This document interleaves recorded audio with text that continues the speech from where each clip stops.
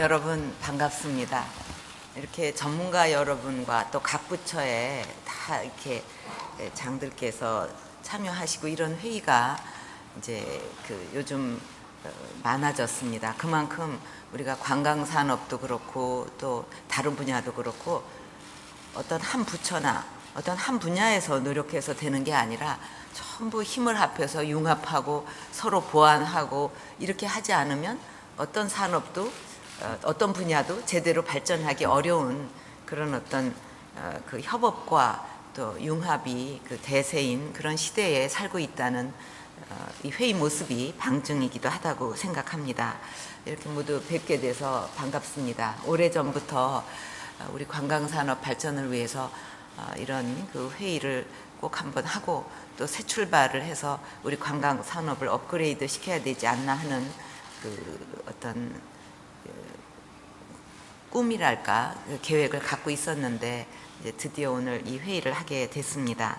날씨가 무더워지면서 본격적인 여름 관광 시즌이 다가오는데 우리 관광 산업의 경쟁력을 높이기 위해서 오늘 이 자리가 지혜를 모으는 그런 아주 뜻깊은 자리가 되기를 기대합니다.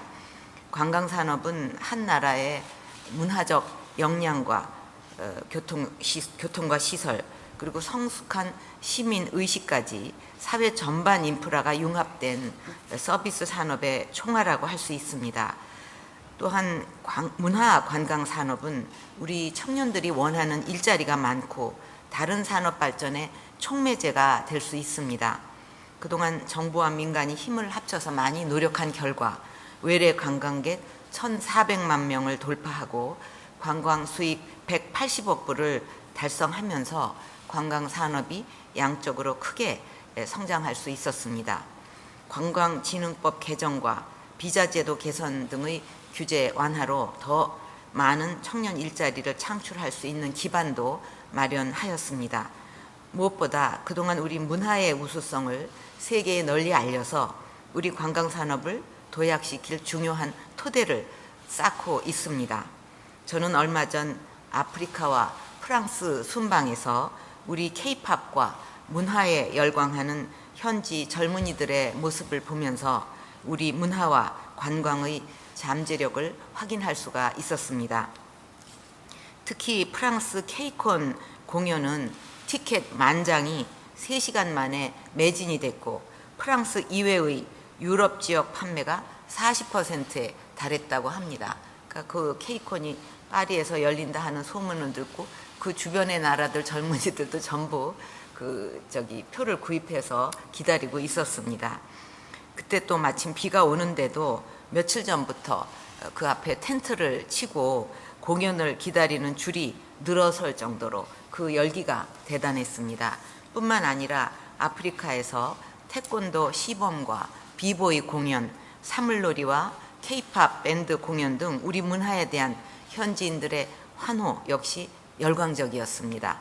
이렇게 뜨거워지고 있는 우리 문화에 대한 관심을 관광산업 도약의 큰 발판으로 만들 수 있도록 보다 체계적인 발전 방안을 만들어 나가야 하겠습니다. 그러기 위해서는 그동안 관광산업이 이룬 성과를 바탕으로 질적 성장을 강력하게 추진할 필요가 있습니다.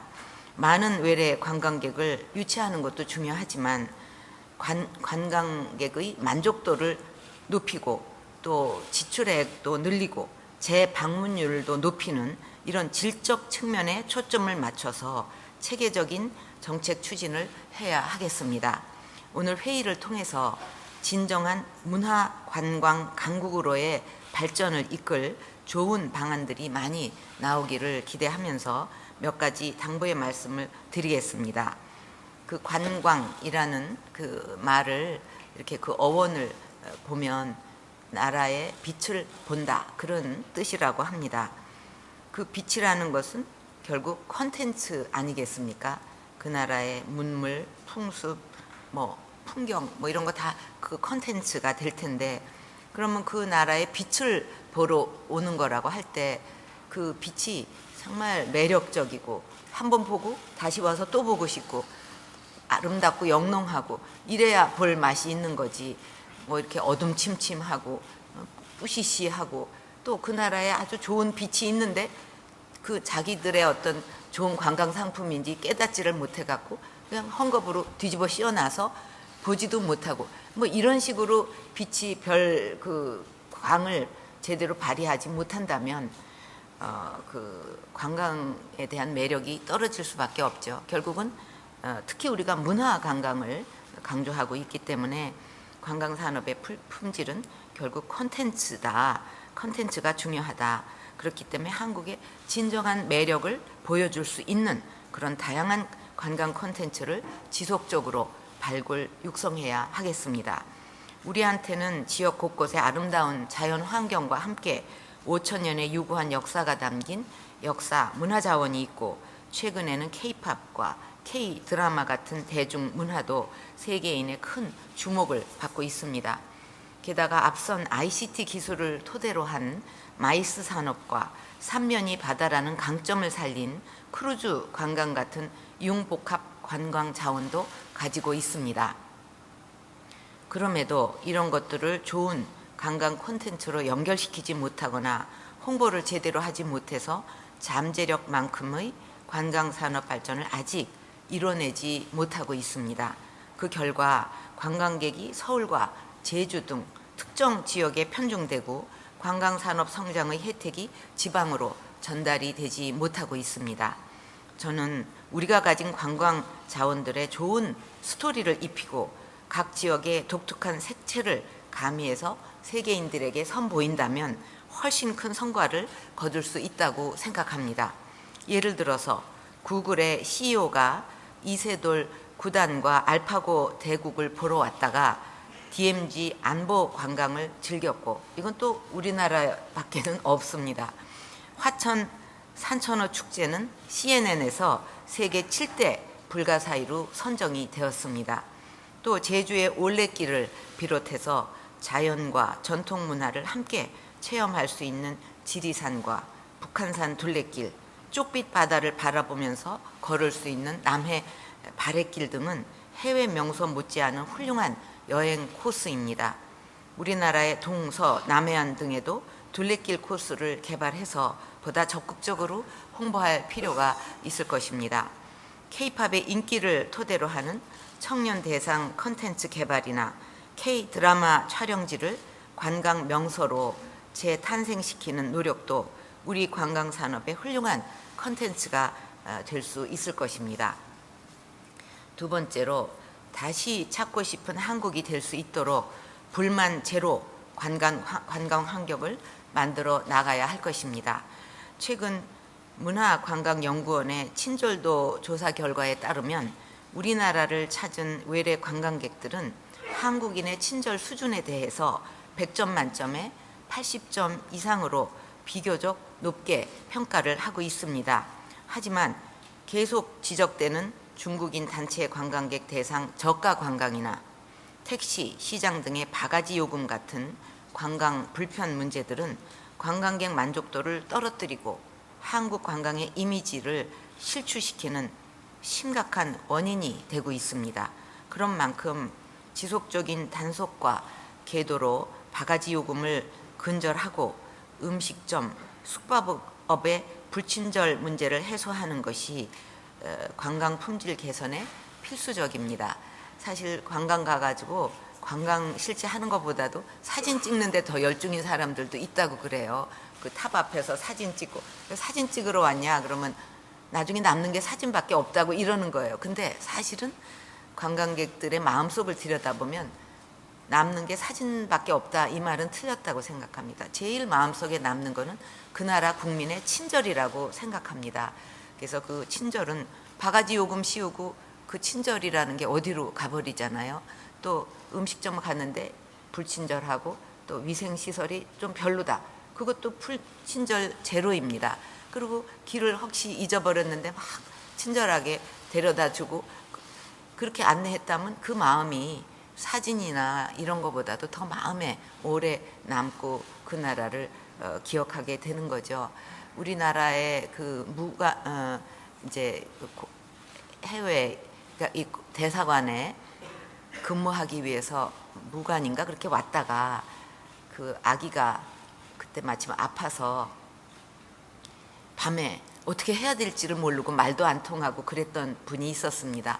근데 그 평소에 그 근처에 가게 알던 아저씨한테 연락을 했더니 그 아저씨가 한밤중에 막 뛰어와가지고 차로 안내해서 병원까지 막 안내를 해갖고 그 아기가 그 좀 병으로 굉장히 아팠는데 다 이렇게 친절하게 해갖고 그 무사히 다 넘겼다는 거예요.